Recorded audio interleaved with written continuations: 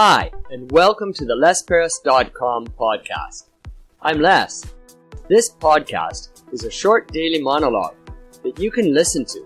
Use it to practice listening to English. Use it to stimulate ideas. Use it for BGM.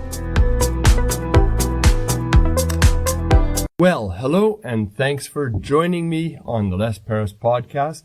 Today is episode 77. Yesterday's episode was about language power words. Today I'd like to talk about stock or stocks, the stocks you buy on the stock market.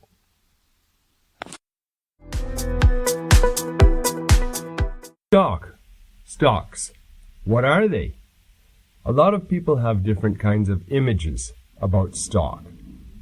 To begin with, let's be clear. We're talking about stock that you buy and sell on the stock market. What is it? Well, it's a piece of a company. Suppose you want to build a company and you don't have enough money. Well, you could borrow money, or you could ask people to invest money in your company. It's a little different. If you borrow money, they don't have any part of your company, and at the end you have to give the money back to them.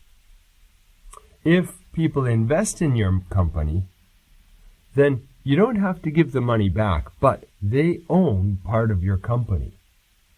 Now, how much they own, it depends on how you decide to cut or distribute the stocks. So you might say, I own 50%, you own 50%.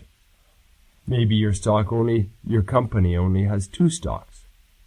At any rate, that's what's happening on the stock market. Many people can put their money into one company, and they can own a piece of that company. That means that they get a piece of the profit from the company. So, in a sense, the stock market is, by definition, profit-driven. The only reason people would buy your stock is to get a profit. Now, there's a couple ways to make money off of these stocks. One way is to buy the stock and then just hold it, and when the company makes profits, take your share. That's the long-term way, and you don't get a lot of money fast. The other way is to buy the stock and then hope that the price of the stock goes up. And if the price of the stock goes up and you sell it, you profit. That's the speculator's way. That can give you a much greater increase in your profit, but it can also give you a great decrease. You can lose a lot of money that way. So it's risky. Okay. Either way, buying stock holds a little bit of risk. But then, what doesn't have risk in this world? Thanks for listening as I talked about stock. Well, that brings us to the end of another episode of the Les Paris podcast, episode 77, about stocks. Tomorrow, I want to talk about tracking on the internet. Tracking? What's that?